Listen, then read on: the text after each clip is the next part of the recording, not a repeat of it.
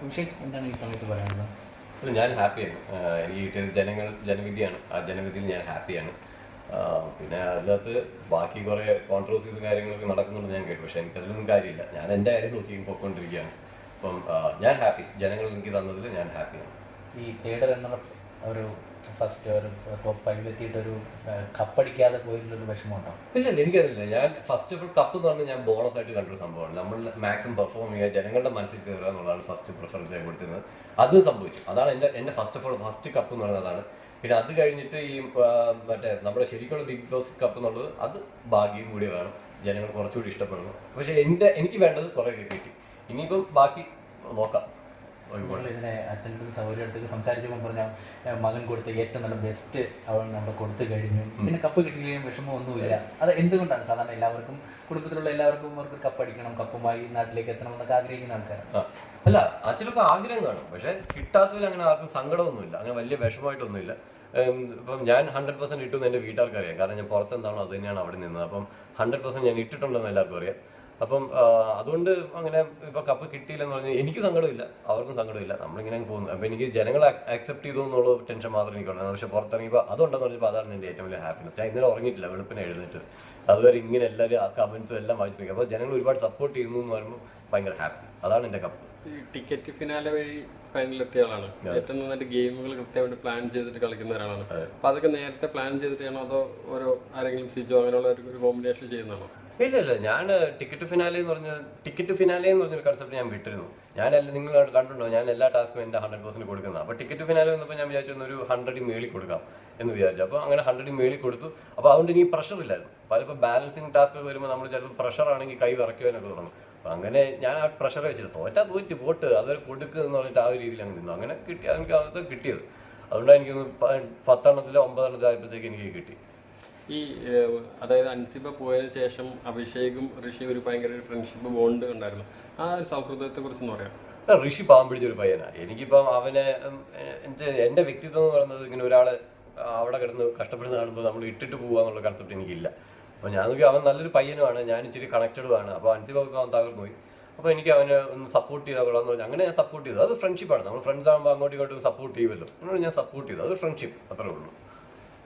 അപ്പോൾ ഈ ജിൻഡോ ആണല്ലോ വിന്നറായത്. അപ്പോൾ അതിനെക്കുറിച്ച് എങ്ങനെ അദ്ദേഹത്തെ എല്ലാം വന്നതാണ്. അപ്പം പുള്ളി അത് ഏൺ ചെയ്ത് വാങ്ങി. അത് പുള്ളി ഡിസേർവിങ് ആയിട്ടുള്ള ആൾക്ക് തന്നെ കിട്ടി. അതിൽ എനിക്ക് സന്തോഷം, അതിൽ കുഴപ്പമില്ല. പുള്ളി അപ്പം ഒരുപാട് കഷ്ടപ്പെട്ട് അതിന് ഒരുപാട് ഹാർഡ് വർക്ക് ചെയ്തത്. ഞാൻ ലാലേട്ടൻ്റെ ഒരു എപ്പിസോഡിൽ ഞാൻ പറഞ്ഞിട്ടുണ്ട്, പുള്ളിക്കാരൻ ഒരുപാട് ഹാർഡ് വർക്ക് ചെയ്യുന്ന ആളാണ്. ഹാർഡ് വർക്ക് ചെയ്ത് പുള്ളിക്കാരന് കിട്ടി. അത് പുള്ളിക്ക് ജയിക്കണം എന്നുള്ളത് ത്വര ഭയങ്കര. ടിക്കറ്റ് ഫിനാലിൽ ഞാൻ കണ്ടു, ഭയങ്കര ജയിക്കണം എന്ന് പറഞ്ഞാൽ അതുപോലെ തോറ്റെടുക്കാൻ പറ്റാതെ അതാണ് ഞങ്ങളുടെ ഒരു ഫൈറ്റൊക്കെ നടന്നത്.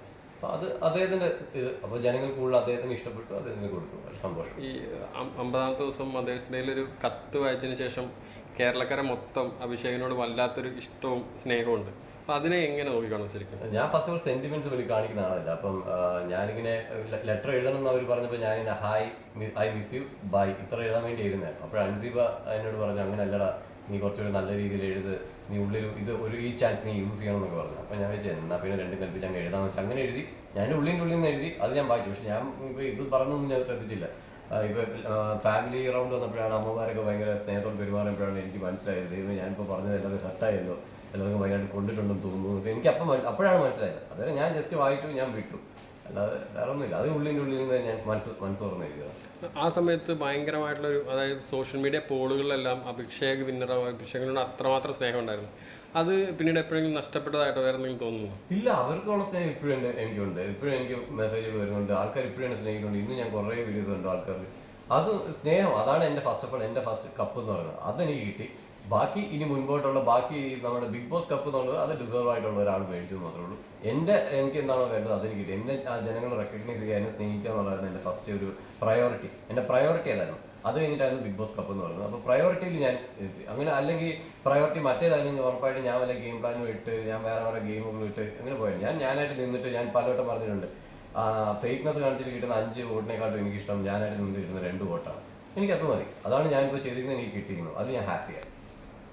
ഏതെങ്കിലും സാഹചര്യങ്ങളിൽ ഒരു ഫേക്ക് ആവേണ്ടി വന്നിട്ടുണ്ടോ? ഞാനില്ല, എങ്ങനെ ഞാൻ എൻ്റെ ക്യാരക്ടറിൽ അങ്ങനെ സംഭവമില്ല. അപ്പോൾ അതുകൊണ്ട് ഞാൻ സ്ട്രൈറ്റ് ആയിട്ട് നിൽക്കും. ചിലപ്പോൾ എനിക്കിട്ട് പണിയാനൊന്നും കുഴപ്പമൊന്നുമില്ല, ഞാൻ അങ്ങ് നിൽക്കും, ഒരു പ്രശ്നമൊന്നുമില്ല. ഈ അവസാന സമയങ്ങളിൽ ഒരു ജാസ്മിനെതിരെയുള്ള ഒരു അറ്റാക്കിംഗ് രീതിയൊക്കെ സമീപിച്ചിരുന്നല്ലോ. എന്തുകൊണ്ടാണ് അങ്ങനെ ഒരു ഞാൻ സമീപിക്കുന്നത്? അല്ല, അത് ഗെയിം, വേറെ ആരും ഇല്ലല്ലോ അവിടെ ഗെയിം കളിക്കുക. അപ്പോൾ ബോറടിച്ചിരിക്കുമ്പോൾ നമുക്ക് ഇതൊക്കെയുള്ളൂ. അങ്ങോട്ട് ഇങ്ങനെ കളിയാക്കുക, ചിലപ്പോൾ അങ്ങോട്ട് ഇങ്ങോട്ട് ഹർട്ടാവും, ചിലപ്പോൾ അങ്ങോട്ട് ഇങ്ങോട്ട് അടിയാവും. അതൊക്കെ സ്ഥിരമുള്ള ഇത് ഗെയിമിലുള്ളതാണ്. അത് അവിടെ പ്രത്യേകിച്ച് അവിടെ ഒന്നും ആരും ഇതില്ല. എന്നാൽ പിന്നെ ആദ്യം തൊട്ടേ ഞാൻ അവിടെ ഫുള്ള് ചെയ്തുകൊണ്ടിരിക്കേണ്ടതാണ്. ഞാൻ ആദ്യം ഒന്നും അവിടെ കുറിച്ചൊരു വാക്ക് പറഞ്ഞു, ഞാൻ വിട്ടു. അവിടെ നമ്മൾ ചിലപ്പോൾ അഭിപ്രായ വ്യത്യാസങ്ങൾ വരും. ഞാൻ ആരുമായിട്ടൊക്കെ വഴക്കുണ്ടാക്കിയിട്ടുണ്ട്, അത് ഗബ്രിയായിട്ട് പ്രശ്നം ഉണ്ടാക്കിയിട്ടുണ്ട്, നോറയായിട്ട് അടി ഉണ്ടാക്കിയിട്ടുണ്ട്. അത് അഭിപ്രായ വ്യത്യാസങ്ങൾ ഉറപ്പായിട്ടുണ്ടാകും. അങ്ങനെ വരുമ്പോൾ നമ്മൾ അവരുമായിട്ടൊരു അറ്റാക്ക് ആവും. അതാണ് സ്ഥിരമുള്ളത്. ഈ ജീവിതത്തിൽ അങ്ങനെ തന്നെയാണ് അഭിപ്രായ വ്യത്യാസങ്ങൾ വരുമ്പോൾ അത് ചൂണ്ടിക്കാണിക്കുക. ഞാൻ ചൂണ്ടിക്കാണിക്കാറുണ്ട്. ഞാൻ അങ്ങനെ പ്രതികരിക്കുന്ന ആളെന്ന് നിങ്ങൾക്ക് മനസ്സിലായിട്ടുണ്ടാവില്ല. സാധ്യതയില്ല. ഞാൻ അങ്ങനത്തെ ഒരു വ്യക്തി തന്നെയാണ്. ഓക്കെ, ഇപ്പോൾ ഇത്രയും ഒരു 100 days കംപ്ലീറ്റ് ചെയ്തു, 3rd runner-up ആയി. എത്രമാത്രം ഹാപ്പിയാണ് ഇപ്പോൾ? ഞാൻ സത്യം പറഞ്ഞാൽ എൻ്റെ ഒരു ഡ്രീം ഫുൾഫിൽ എന്ന് പറഞ്ഞൊരു സംഭവമാണ്. അതായത് ഞാൻ ഈ ബിഗ് ബോസിൽ കയറുന്നതിന് മുമ്പ് അഭിഷേക് ശ്രീകുമാർ എന്ന് പറഞ്ഞാൽ ആരും അറിയത്തില്ലായിരുന്നു. ഞാൻ 2 സിനിമയിലൊക്കെ അഭിനയിച്ചിട്ടും ഇപ്പോൾ ഈ once upon a time in Kochi എന്ന് പറഞ്ഞ മൂവിയിലൊക്കെ അഭിനയിച്ചിട്ടുണ്ടായിരുന്നു. അപ്പോഴും ഞാനൊരു ന്യൂ ഫേസ് പോലെയാണ് എപ്പോഴും പൊയ്ക്കൊണ്ടിരിക്കുന്നത്. പരസ്യങ്ങളിലൊക്കെ അഭിനയിച്ചിട്ട് അപ്പോഴും ഞാൻ ന്യൂ ഫേസ് തന്നെയാണ്. അപ്പോൾ എനിക്ക് ന്യൂ ഫേസ് എന്നുള്ളത് മാറുക എന്നുള്ളതായിരുന്നു. അത് കറക്റ്റ് സംഭവിച്ചു. ന്യൂ ഫേസ് എന്നുള്ള കൺസെപ്റ്റ് മാറി. ഇപ്പോൾ അഭിഷേക് ശ്രീകുമാർ എന്ന് പറഞ്ഞാൽ കേരളത്തിൽ മിക്കവാറും എല്ലാവർക്കും അറിയാവുന്ന രീതിയിലായി. അതായിരുന്നു എൻ്റെ ഫസ്റ്റ് പ്രയോറിറ്റി. അങ്ങനെ അതും മാത്രമല്ല, അവരെന്നെ ഇഷ്ടപ്പെടണം എന്നും കൂടെയായിരുന്നു. അതും കിട്ടി. അപ്പോൾ എൻ്റെ യാത്രയിൽ അതെനിക്ക് ഒരുപാട്, ബിഗ് ബോസ് എന്ന് പറയുന്നത് എനിക്ക് എൻ്റെ കരിയർ ചേഞ്ച് ചെയ്യാൻ ഭയങ്കരമായിട്ട് ഇപ്പം വേറെ 1-2 പ്രോജക്റ്റിനൊക്കെ ഇതിന് ഡിസ്കഷന് വേണ്ടി വിളിച്ചിട്ടുണ്ട്. അപ്പോൾ ഇതെന്ന് വെച്ചാൽ എൻ്റെ കരിയർ ചേഞ്ചിങ് മൊമെൻ്റാണ്. നേരത്തെ വെച്ചാൽ നമ്മൾ അങ്ങോട്ട് പോയി ചാൻസ് ചോദിച്ചുകൊണ്ടിരിക്കണമായിരുന്നു. ഇപ്പോഴും ചോദിക്കണം, പക്ഷേ എന്നാലും ഇങ്ങോട്ട് 1-2 കോളൊക്കെ വരുമ്പോൾ നമുക്ക് സന്തോഷം. ഈ ഇപ്പോൾ ബിഗ് ബോസിൽ ഇപ്പം ഒരുപാട് ആൾക്കാരോട് സംസാരിക്കേണ്ടി വന്നു, എതിർത്ത് സംസാരിക്കേണ്ടി വന്നു. ഇവരോടൊക്കെ എന്തെങ്കിലും പിണക്കമുണ്ടോ? ഒന്നുമില്ല, ഞാൻ ആരുമായിട്ട് ഒരു പിണക്കം വെച്ചിട്ടില്ല. പിന്നെ ഞാൻ അവിടെ വെച്ച് പറഞ്ഞ പോലെ തന്നെ എനിക്ക് ഇഷ്ടമുള്ളവരോട് ഞാൻ കൂടുതൽ ഇഷ്ടപ്പെട്ട് സംസാരിക്കും, ഇഷ്ടമല്ലാത്തവരോട് ഞാൻ മിണ്ടാനും പോലെ. അത് തന്നെയാണ് ഇപ്പോൾ എൻ്റെ ഇപ്പോഴും അത് തന്നെയാണ്. എൻ്റെ ഇപ്പോൾ ഞാൻ ഇത്ര നേരം 5 പേരുടെ റൂമിലായിരുന്നു. 5 പേരും ഋഷിയും പൂജയല്ല, ഞങ്ങളെല്ലാവർക്കും ഒരു റൂമിലായിരുന്നുകൊണ്ടിരുന്നത്. അപ്പോൾ എനിക്ക് ഇഷ്ടമുള്ള എൻ്റെ കംഫർട്ട് സോണാണ്. ഞാനപ്പോൾ അവരോട് കൂടുതൽ നേരം അവിടെ നിന്ന് സംസാരിച്ചു, അവിടെ ഇരുന്നു, ടൈം സ്പെൻഡ് ചെയ്തു.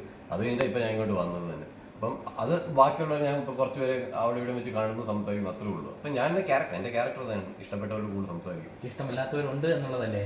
ഇഷ്ടമില്ലാത്തവരുണ്ട്, ഇഷ്ടമല്ല അങ്ങനെയല്ല, നമ്മളായിട്ട് മെന്റലി കണക്റ്റഡ് അല്ലാത്ത കുറച്ച് ആൾക്കാരുണ്ട്. അങ്ങനത്തെ കുറച്ച് ആൾക്കാരുണ്ട്. ഓക്കെ, ഇനി എന്തൊക്കെയാണ് അടുത്ത സ്വപ്നങ്ങൾ? ഇനി ഭാവി എന്തൊക്കെയാണ്? സ്വപ്നം ഇനി നാട്ടിലോട്ട് പോവുക, ബിസിനസ് കുറച്ചുകൂടെ നല്ല രീതിയിൽ ചെയ്യുക. പിന്നെ എനിക്ക് വരുന്നുണ്ട്, അത് ഡിസ്കഷൻ വിളിച്ചിട്ടുണ്ട്, നോക്കാം. ഡിസ്കഷൻ പോയിട്ട് കിട്ടുവാണെങ്കിൽ നല്ലത്. അങ്ങനെ രീതിയിൽ പോകുന്നു. ഇനി ഞാൻ എഴുതിയ കഥകൾ സിനിമ പോകുന്നുണ്ട്, അതും ഡിസ്കഷൻ നടന്നുകൊണ്ടിരിക്കും. അപ്പോൾ അങ്ങനെ ഓരോരോ കാര്യങ്ങൾ ആക്ട് ചെയ്യാനുള്ളത് ഡിസ്കഷൻ നടക്കുന്നു. അപ്പോൾ എല്ലാം ഡിസ്കഷനേ ഉള്ളൂ, ബാക്കിയൊക്കെ നോക്കാം. വരുമ്പോൾ നോക്കാം, എനിക്ക് നടക്കില്ല എന്നുള്ളത് നോക്കാം. നാട്ടിലെത്താൻ വേണ്ടി അവർ വെയിറ്റ് ചെയ്യുകയാണ്. അപ്പോൾ അങ്ങനെ അതാണ് എൻ്റെ ഫ്യൂച്ചർ പ്ലാൻ. നാട്ടിലേക്ക് തന്നെ? നാട്ടിലേക്ക് തന്നെ. Okay, all the best. Thank you.